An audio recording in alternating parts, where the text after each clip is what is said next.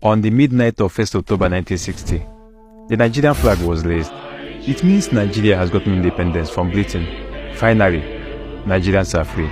The people danced, sang, and enjoyed the best they could. But unfortunately, it was not yet over. In handing over the documents to the Federal Prime Minister, Alhaji Sir Abubakar Tafawa Balewa, Her Royal Highness handed over sovereignty to a new nation. Although Nigeria got her independence in 1960, it was until 1963 that Nigerians took partial control of their country. Because between 1st October 1960 and 1st October 1963, the Queen of England, Queen Elizabeth II, was still the head of state in Nigeria. Despite that, Alhaji Tafawa Balewa was the Prime Minister, while Nnamdi Azikiwe was the Governor General. But they were still taking orders from the Queen. Then on 1st October 1963, Nigeria formally became a republic. It means they can now govern themselves. Nnamdi Azikiwe became the President of Nigeria, while Tafawa Balewa remained the Prime Minister. But suddenly, in January 1966, a military coup was conducted in Nigeria, organized by Chukwuma Nzogu and the other young army officers. This coup happens to be the first in Nigeria and the heaviest in record, as it saw the death of many great Nigerians: the Prime Minister, Alhaji Tafawa Balewa, the Premier of Northern Region, Sir Ahmadu Bello, Chief Samuel Akintola, and 19 others, including senior army officers and politicians. Then the military took over, and Major General Agui Ironsi became the head of state.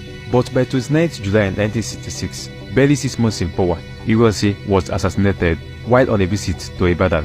He was killed alongside Lieutenant Colonel Francis Adekunle Fajuyi, the then military governor of Western Region, who insisted that Ironsi should not be killed under his watch.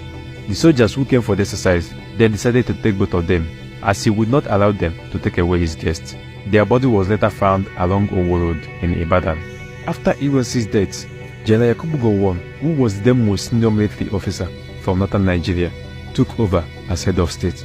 Few months into his administration as head of state, the Nigeria-Biafra War broke out, which lasted from July 1967 to 15 January 1970. I call on those who claim to love Nigeria and the Igbos to face realities and advise the people of the East Central State to lay down their arms and return to the fold.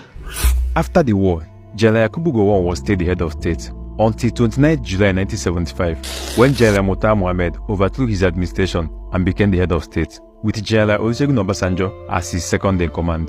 Murtala Muhammed's administration was short-lived, as he was killed on 13 February 1976, just after 6 months and 15 days as head of state. His death was masterminded by a group led by Lieutenant Colonel Bukasuka Dinka. They shot him while in traffic in his vehicle near Dodan Barracks, Obalande, Ikoyi, Lagos. After his death, Olusegun Obasanjo